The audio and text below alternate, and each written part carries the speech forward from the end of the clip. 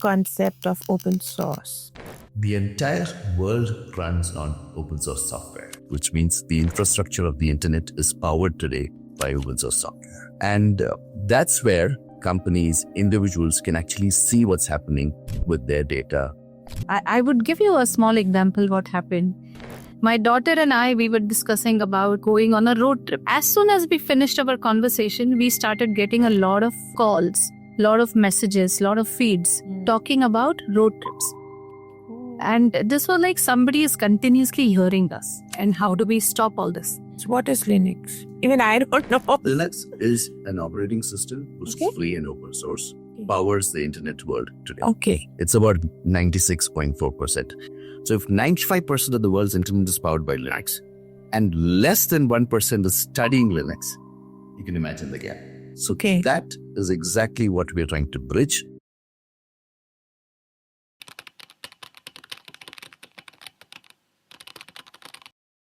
So if we look into this, mainly we work together with universities, we work together with open source companies and with open source projects. So we have interweaved the things, so meaning that our students will work in open source projects which are supported by open source companies. So we built in the Nextcloud universe, we built in the Odoo Community Association universe. We help to make those open source projects sustainable, and we generate a lot of expertise for our students.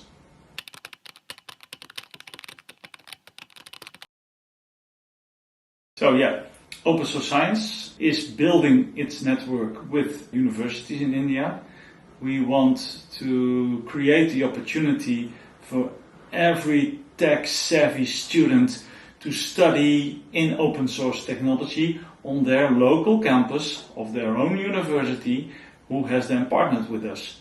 We want to set up excellence centers in open source technology where not only the students can learn, can adopt themselves into the open source technologies, but where also the university can give some community support to the people and the companies from their neighborhood to get involved into open source so that we can transform the Indian society into an open source society. So we started our journey in India about 2 years ago, where we set up multiple collaborations with many universities, from Chandigarh, Delhi in the north, Pune. We set up collaborations in Bengaluru, in Chennai and Kochi. Everything we coordinate from our local offices in India, and even with our open source program officers in India, we set up all the educations where we integrate our curriculum into the curriculum of the university, and where we deliver this way the next generation of open source engineers. Open source engineers who will not only follow our curriculum at their university, but who will be enrolled by us into open source projects where they can prove what they have learned. And we even already succeeded in a couple of placements where students now are working in open source companies worldwide.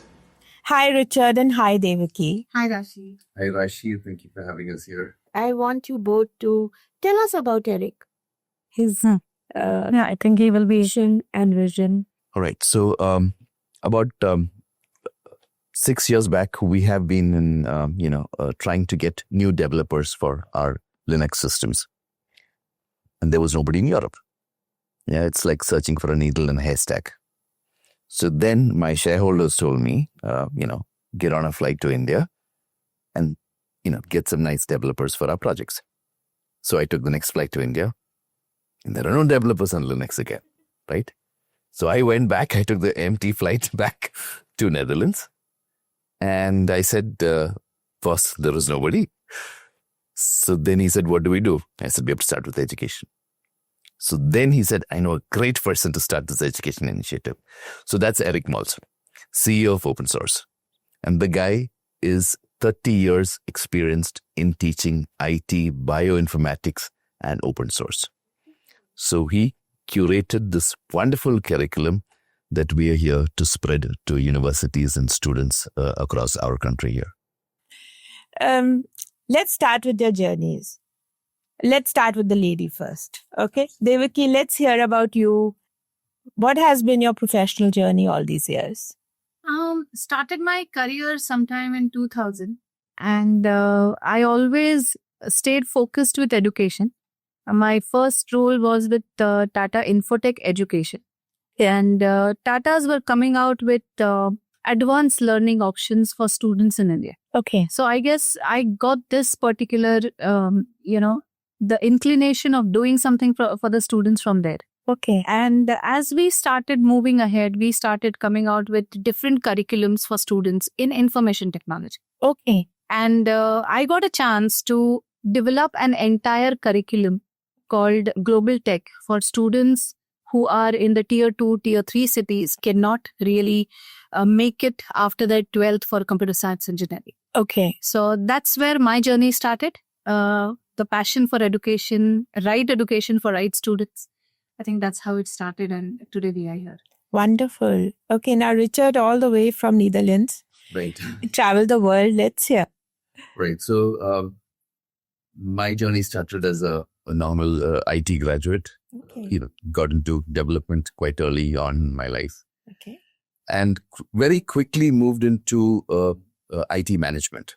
Okay. Right. And that's where I started to have a very deep connection between business processes and the software development industry. So, I was able to marry this two worlds together most of my career. Okay. A highlight was I worked with the world's largest carpet manufacturer, OVT, from a village in Mirzapur. Okay. Then moved into Coca-Cola, where I managed infrastructure and operations. And then just out of curiosity, we moved to Netherlands, and we've been living in Netherlands since. And I've been associated with this fantastic group, which is spread in about 42 countries, Okay. solely running on open source. And Wonderful. that brought me to this passion of actually having education in open source. Okay, for someone who doesn't understand the concept of open source, what exactly are you giving to the world? Let's hear. Richard, you tell us. Right. So we are, in our daily lives, we used to lot of softwares, Yeah. be it your mobile, be it your desktop or your laptops. Most of these softwares that we generally operate on is proprietary software, Yeah. which means you cannot see your code. You don't know what's happening behind the scenes on your laptop or your phones, right? So your data could be going from your phone to another company. So that's called closed software, which means you do not have access to audit your software. Whereas the entire world runs on open source software, which means the infrastructure of the internet is powered today by open source software, Wow. right? And that's where companies, individuals can actually see what's happening with their data. And this gives them a lot of security, privacy, data protection for their customers. A lot of things go together. And that's why we're in the business of open source. What's your view on this, Devaki? So when I first met Richard, we go back a long way. And when he said, "Okay, Devaki, I need your help," I said, "In education?"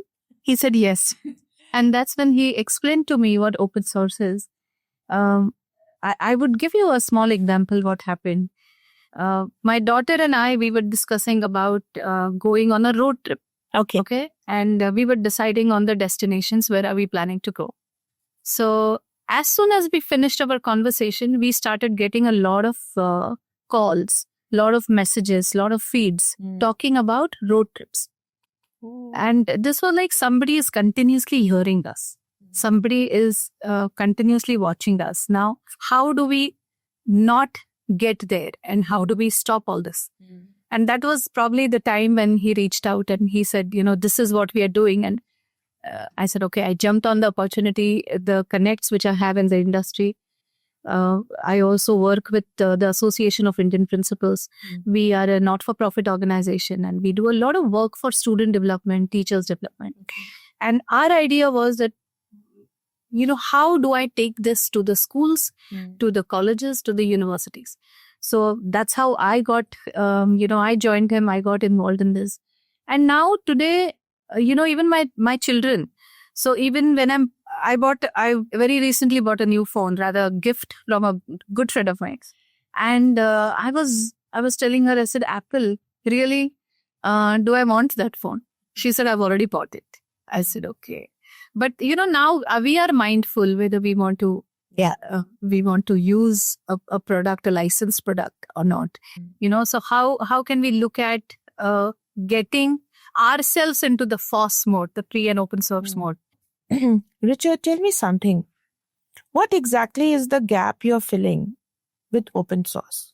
It's a fantastic question. The reason is this is what every university or college that we visit ask you, what is the gap? In statistics, 96.4% of the world's internet is powered by Linux. It's a free open source software that that the servers run. But when you go to a college and ask how many people understand the word Linux, out of 100, 3 hands go up. And when you ask them how many people use Linux, maybe 1 hand goes up. So what is Okay, Linux? zero. What is Linux? Even I don't know. Linux is an operating system which is free and open source that powers the internet world today. Okay. It's about 96.4%. That's the actual figures, but let's round it off to 95%. So if 95% of the world's internet is powered by Linux and less than 1% is studying Linux, you can imagine the gap.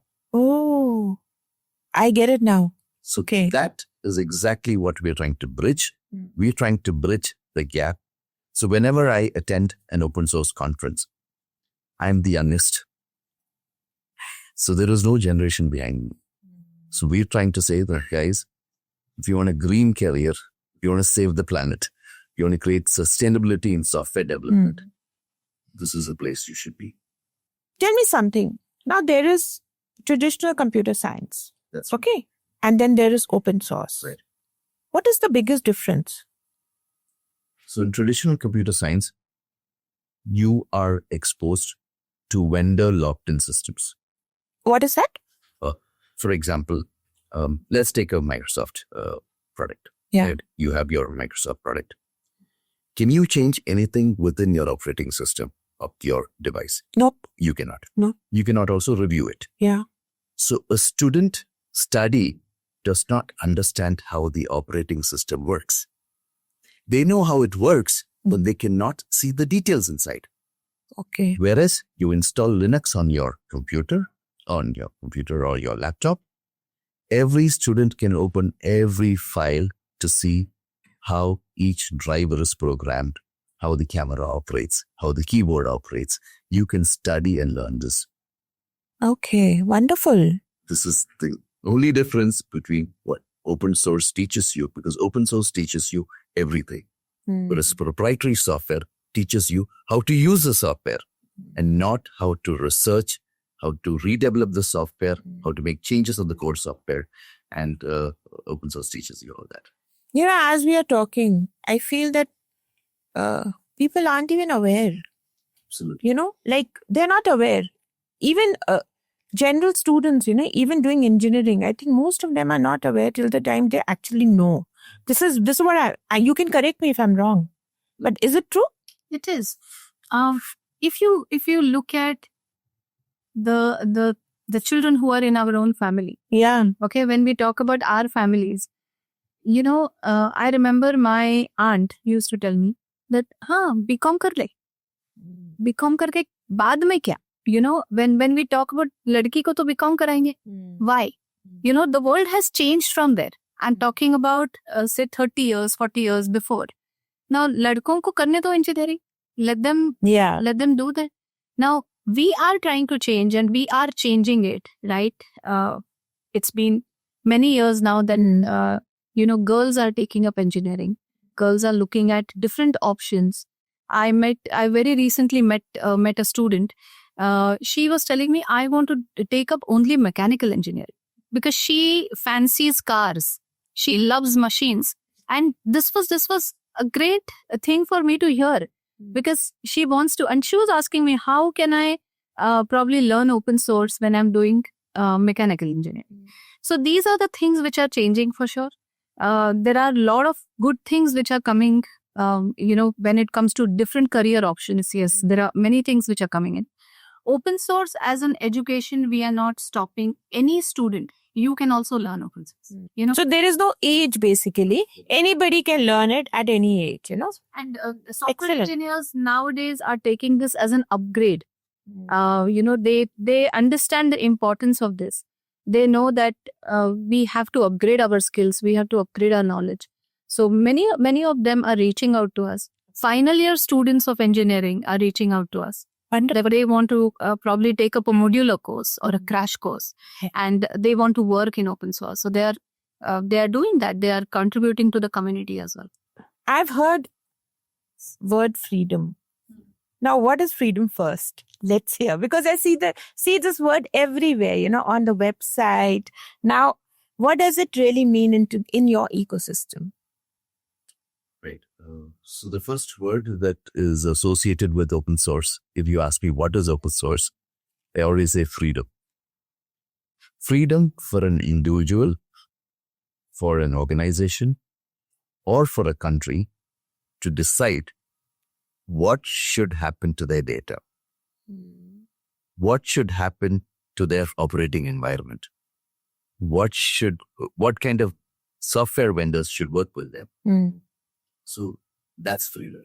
Excellent. So basically, it's like you're giving control to the operator, right? Let's come to the program. Devaki, tell us, how does it work? What are the different modules? Who can do it? How easy it is to get to you guys? Great. So we started this with the universities. We started this with the colleges with a primary belief that students who are already doing their computer engineering, I'm just giving an example of computer engineering, right? They know basics. They know what Linux is. They know what C is, what C++ is. Now, how do we help them understand what open source education is and why open source education? Basically, the universities now want to move from A to B, B to C, and they also definitely want their students to do it, right? When we talk about this, we integrate our program, the entire modular program. We have this particular program is for 4 years right now. Okay, but the students who are there, who are doing their second year of engineering or second year of bachelor's, they can integrate this program with us. For example, if they're already learning Linux 1, now we will we'll get into Linux 2 and Linux 3. Now, when they are when they learn Linux 1, 2, and 3, they are ready for a certification. They don't have to go outside and do another class, pay money there, and take up a class for certification. So these are certain things which we are already giving them. The focus is to help them understand the open source technology better. So by integration, you mean that they can do it with their own college or they can do separately with you guys? How?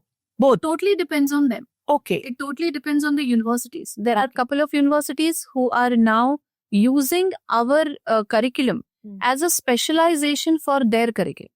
For example, if they are doing a complete 3-year program, they can major it into open source. Okay. So that is also possible. We are also looking at giving them free and live assignments. Okay. We give them live assignments in the subject which they are doing. Okay. If they are studying Python or if they are doing Rust, these are again the subjects, the modules.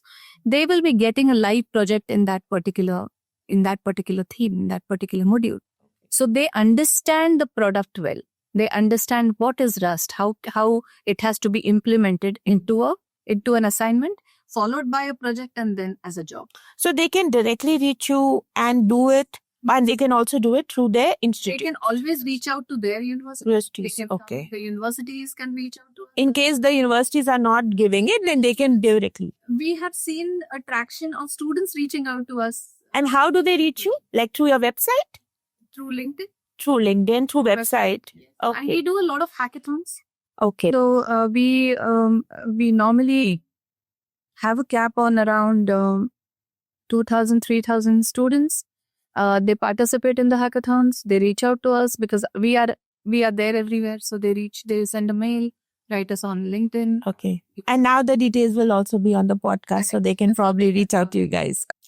Okay, now the second part to this question, Richard, to you. How do you do that? How do you integrate open source into the present curriculums? How easy it is? So, like I said, open source is a group of various subjects, Okay. right? That needs to be taught in a very structured way. We are one of the only structured training environment that a student can expose to in open source. That's Wonderful. right. So when we go to the universities, many universities or, under our UGC programs or whatever it is in India or abroad, they have a defined curriculum, which is mandatory by the government. Right? Some subjects are mandatory, or there is an education board that mandates that they have to study certain subjects. So where we fit into is that there are some optional subjects that also that Yes. these universities could take.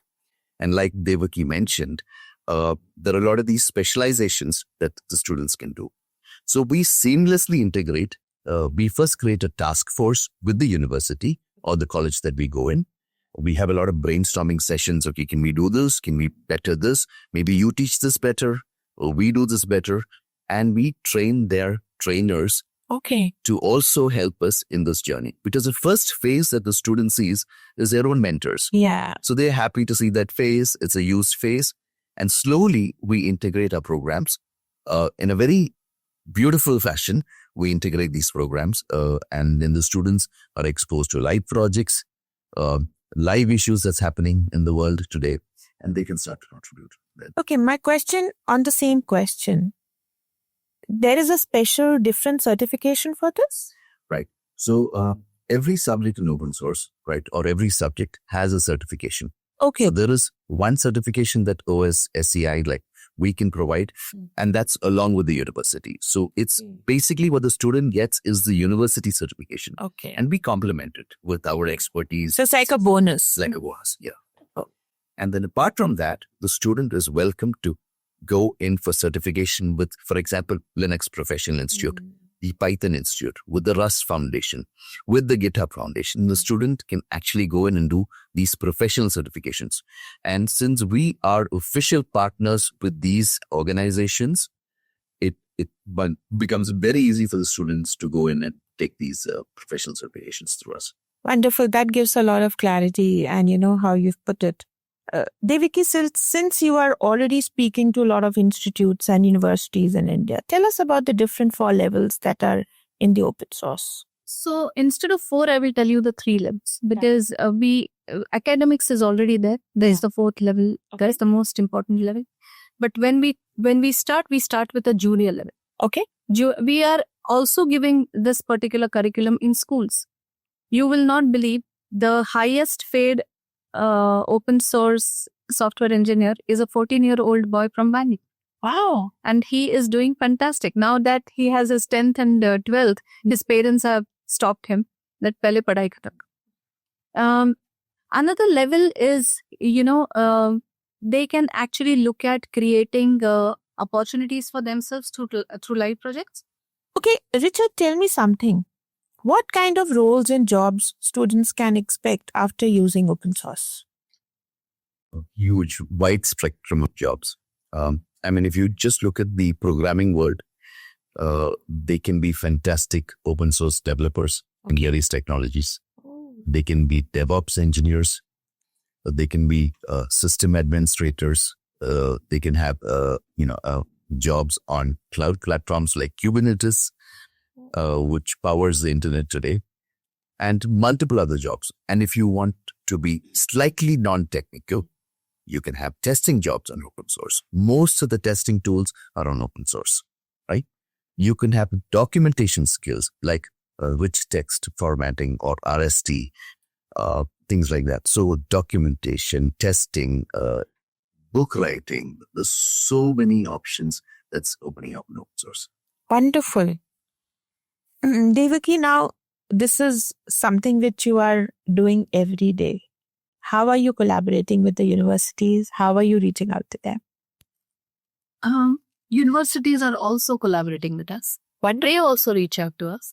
And our interest is students' development. Our interest is showing them the future, which is going to be extremely bright. And as open source science, as a company, as an education provider, we want our students to learn the best things, the best practices in open source.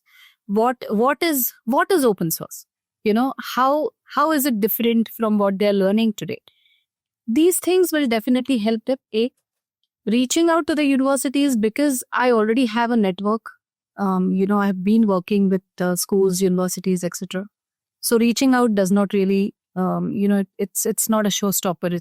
I just have to make a call and tell them this is what we can change your students' life. And things are changing in India. Yeah. Every educational institution, they are looking for doing good things for their students, and which is a very, very good thing.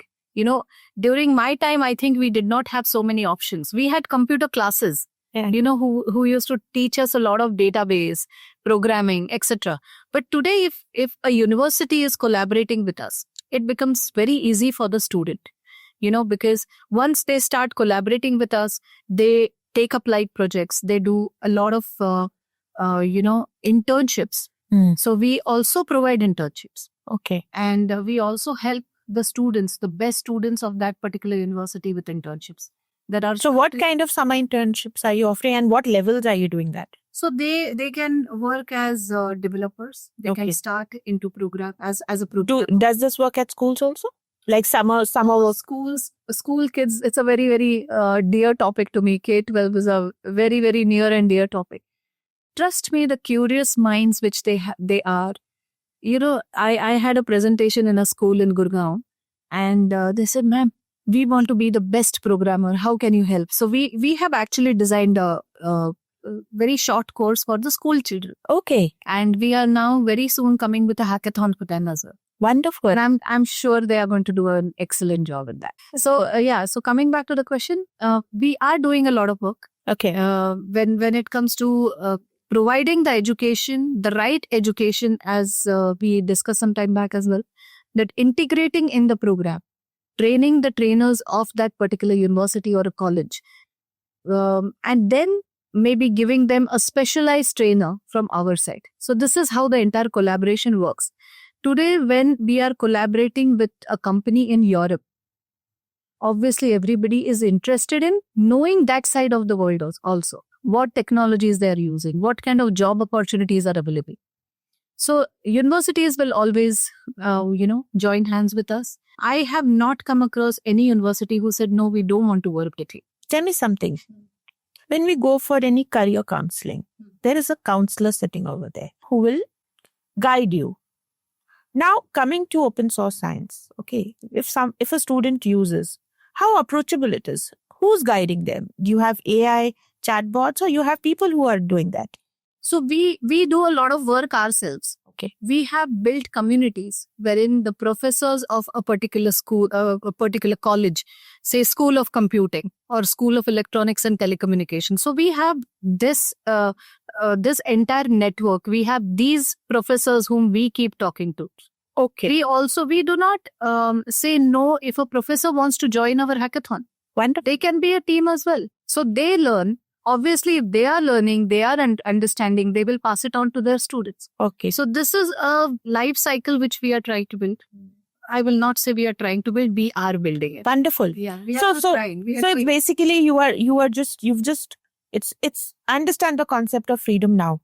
It's free. It's free. It's free. Yeah. Which is wonderful. Education is free. Just grab it. And we are here. We have our CEO, Eric Malls. He's way too superior when it comes to open source. The way he has structured the program, I think it's phenomenal. And that is what the students are liking. The students are enjoying what is taught inside the course. They are implementing it immediately in a hackathon if they are working on it. And, they are winning hackathons. Students, colleges which we have not heard about. Those are the colleges which are... You want to say something, Richard? Yeah. I want to add to what Yeah. he said, is that how we are collaborating with students is very interesting. Open source is all about collaboration. Collaboration from different parts of the world. Right? Imagine I'm sitting in India and solving a bug of a developer sitting in Germany. That is collaboration. So from the school level itself, we introduce them to very beginner-friendly bugs and issues. Very small level. So imagine they solve a bug and their name comes out in the public that I have solved this bug.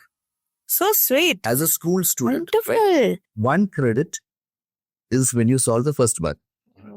Then becomes a passion. Oh, I want to solve this bug. I want to solve this bug.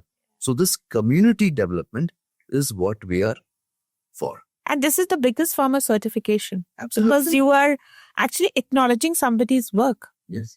So this is wonderful. See, earlier days when a student or somebody from a college passes out, and when I used to hire them, they used to give me a PDF copy of their resume. Today, I ask them proof of work. Yeah. And what more beautiful proof of work can you give rather than your GitHub repository or your GitLab repository? Yes. And you've shown, okay, this month I did this project, this month I did this project, the following year I did this. Yes. And all this are on live projects. Wonderful. Fortunately, we have a fantastic collaboration with the industry as well, with the industry like myself who choose to use open source software. So those industries give live problem statements and students start to solve beginner issues, and then they come to an expert level. And when they reach the expert level, nobody's going to stop them from getting a job. Wonderful. You know what is coming to me when my child was young, it was very difficult for us to build his portfolio. We had to take help from outside. Okay, help us build his portfolio. I think with open source, what you guys both are doing, and this is amazing, and thanks to Eric, that he's built this, because you're actually building a child's portfolio. Over the years, by the time he reaches college or maybe finish, he's done multiple projects and it is there. It's there. He doesn't have to prove anything and he's built his portfolio. I'll Just- probably add something. Yeah, go ahead. It's like your email ID. Yeah. Now, this GitHub link. Yeah. If you are a programmer, okay, and you are a very small programmer, you probably have just started, you're a fresher. Yeah. You write your code, Okay. you put it on GitHub.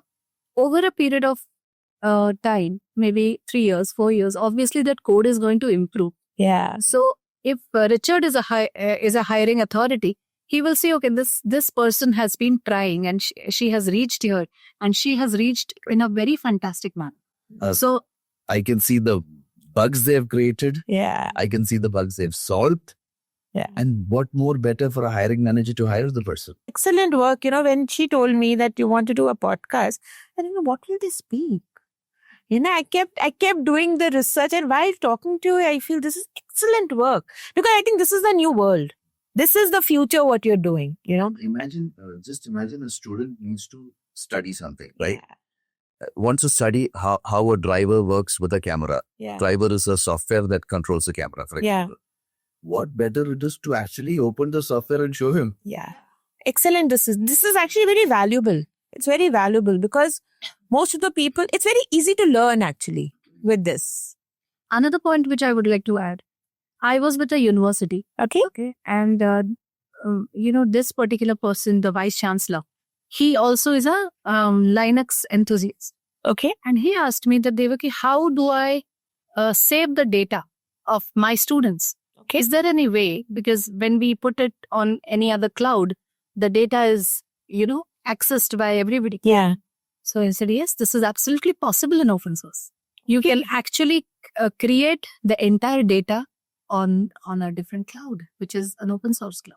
And there's no data leak over there. No, Wow. it's like, it's my own personal. It's like your own locker. Yes. You just, Today, are you secured? When you go out, you know that your credit cards, everything is there with them. How do you secure yourself? How do you secure your data? So open source is the best solution for that. and how does a simple person, or maybe not a student, access it? Like we use Safari, Correct. we use Google. How to use open source? So my mother was using a normal Windows laptop. Then last 5 years back, I switched her to open source. Okay. Ubuntu laptop, to be precise. She's 89? She's 82. 82. Right. She's a doctor. She's 82. Okay. And till today, she's not realized the difference. It works seamlessly fast. And guess what? I just came to realize for the last 1 year, she's not restarted her laptop. Really? This works. Wow. No restarting, no antivirus required. Yeah. You use all the facilities that you're using on an Apple laptop. We have something called LibreOffice. What is Libre in French means free. Okay. Free office. Okay. So no licensing. So she doesn't have to worry about, okay, this license is expired. This antivirus I have to update. Nothing. It's just clean. It's seamless. Wonderful. Imagine after 1 year, I'm seeing that she's not restarted her laptop. I said, Mom, maybe you want to update it. She said, no, it's okay. It works. Fine. Leave it there. So similar thing happened with me when it comes to online meetings. You know, COVID has taught us Yeah. that everything can happen online. So nowadays, when I have to book a meeting with somebody, I send them a Jitsi link Okay. instead of any other link. Okay. Jitsi. Jitsi. How do you pronounce that? JITSI. Okay. Yeah. So Okay. it's a it's an online meeting I understand. An application. application, Okay. and nobody says hello. People will keep saying, right, because there is a network issue or there is some issue. The camera is not working. I've not faced it at all. Wonderful. And I have been introducing this to my friends.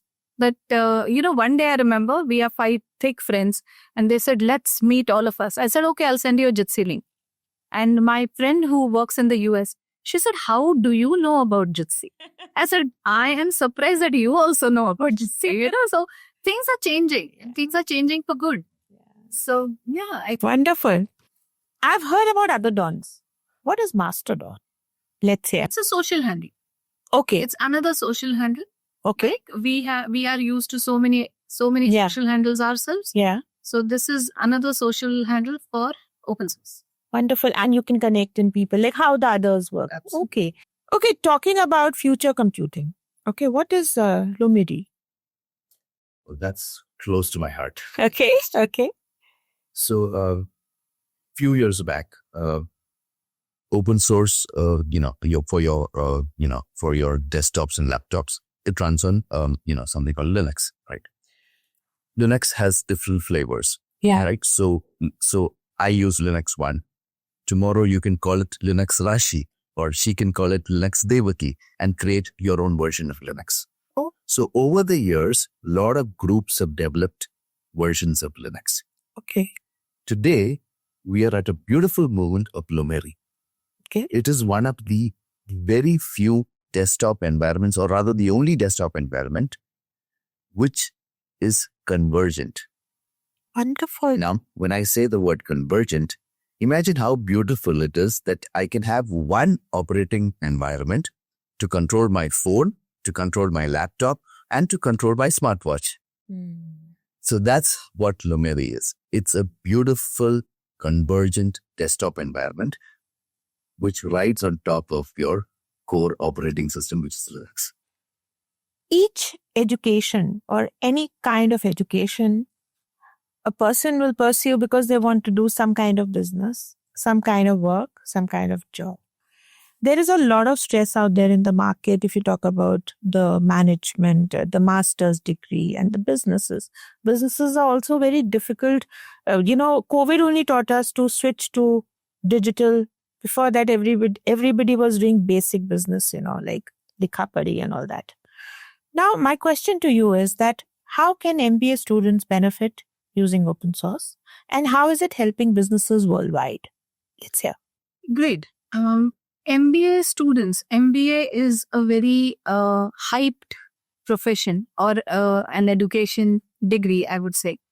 But there are again a lot of changes which the universities, education institutions are doing into that. For example, when we talk about 10 years ago, we had MBA systems as a specialization along with marketing and finance. Now, systems would train the student with a lot of information on information system, information technology. So the student would utilize the information technology knowledge which he or she has gained inside the program and can work with companies, with IT companies, and provide business logic in those particular companies. right? Okay. Here we are talking about how the education system will move from A to B. How are the students going to be trained on vendor locking? What is vendor locking? How these students can be trained for futuristic negotiations, etc. So these are things which can be promoted in the courses. In fact, we are planning to give one entire module to a university, because that's something which we discussed with them 2-3 days before, and they want us to give them a projection on what are the current modules which can help the MBA students take up into open source, and how can they be, they can implement these particular things in their regular life. What is your take on this, Richard? So, who are tomorrow's decision makers in a company? It is today's MBA students, right? So they need to decide, do they want a free world, a sustainable world, free from vendor lock-ins, and use the best solutions to protect the data of their customers, of their employees, and they need to take decisions of this. And if they need to take decisions on this, they should be trained on the philosophy of open source.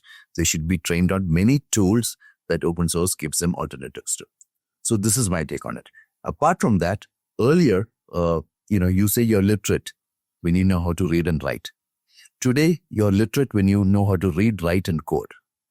So because in every profession, whether you're doing engineering, whether you're doing bioinformatics, whether you're doing genetics, and now with the recent hype of AI, coding is mandatory.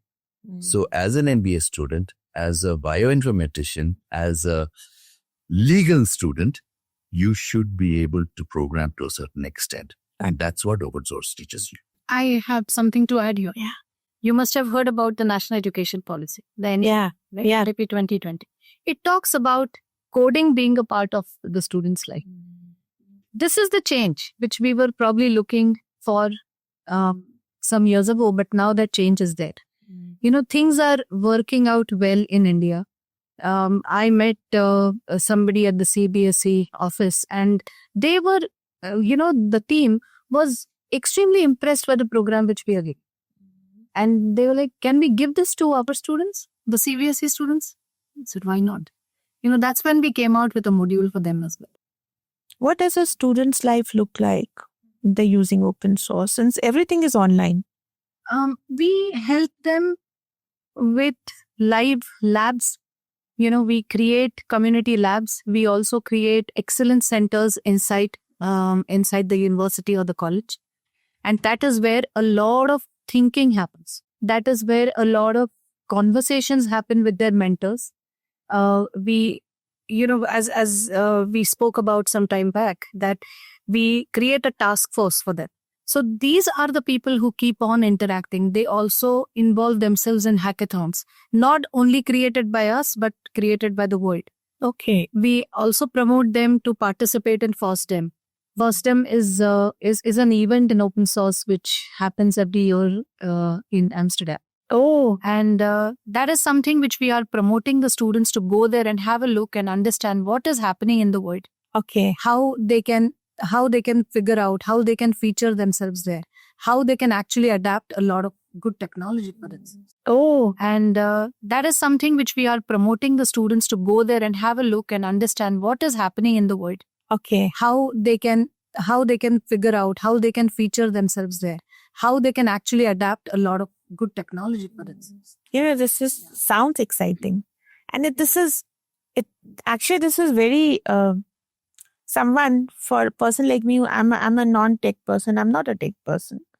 But I find this very interesting. There's a different world happening somewhere. Oh, yes. It feels, It's like the metaverse, or Yeah, it is. it's like my, when me, universe. yeah, it's a Parallel universe. And when me and Richard, when we have these calls, weekly calls, when we discuss, my children are listening to us, right?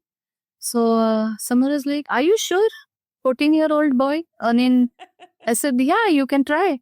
So, and my daughter actually did a project with Jurgen. She took his help and she actually did a project. Wow, wonderful. She's what, 14. now. So probably next time we will do a live session here and we can show everyone, that you do it and you can tell people. Wonderful. Okay, let's do a rapid fire now. Richard, open source in one word. Freedom. Your favorite open source tool. LibreOffice. Code or creativity, what's harder? I think creativity. One myth about open source that needs to die. People think it's not secure. And low quality? Yeah. A bit. Yeah? Yeah. Okay. Devaki, the first language every student should learn. Python. I think the name is also so beautiful. Yeah. One skill every developer must have. Reading the documentation, reading it and perfecting it. That is most important. Okay. Richard, dark mode or light mode? You ask a developer, it's always dark mode. Okay. Linux, distro you love the most. It's called Ubuntu. Okay, what is it about? Quickly. It's a African word Okay. which also says freedom. Okay. One thing students should stop doing right now. Taking shortcuts. One thing students should start doing right now. Start learning open source and start contributing to open Yeah. source. That's the most important thing. That's a great word. Contributing. Yes. Devaki, most underrated tech skill today. Documentation. Right. Again, absolutely. A book or a resource you always recommend. So there is this interesting book called The Cathedral and the Bazaar. Okay. So this teaches, it's a book by Eric Raymond, and it teaches a student on how collaborative software outwits locked-in software. Okay. The future of tech in one sentence. Open, free, and open for all, I would say. And even community driven. AI or open source? What will shape the future more? It's going to be open source Okay. because AI also runs on open source. Yeah, good one. Okay. You drop everything and learn this technology. I think the most important thing to learn would be how to use the Git, because this is where you contribute. Okay. And I want to put this to Richard special. Coffee or chai while coding? What? Chai to start, Okay. but when you start to ship your code, you use coffee. Then you don't want to sleep. You Okay. want to be Right. active. After that. Yeah, and right after that, yes, good. Okay, Devaki. One line of advice for young developers. Take a bold step. Start somewhere and reach somewhere. So the last one to Devaki. Biggest red flag in tech education. People think that there are no real projects. Okay. Ask us. We have projects to give and we are looking for students. Devaki, your go-to productivity hack. Time blocking. Last word to all the Indian institutes and schools and colleges and principals and teachers and everyone out there from you. Wake up and look at the opportunities. The world is shouting for opportunities. The opportunities are there. Students you have, give the best to the students. We are also doing a lot of work with the autistic children across the globe. And we want that, those students should also shine. It's not only the regular student, but we are looking at special students also.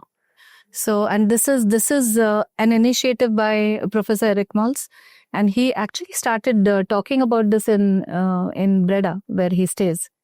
And I think there are a couple of students who are joining the curriculum as well. So, idea is to help everybody.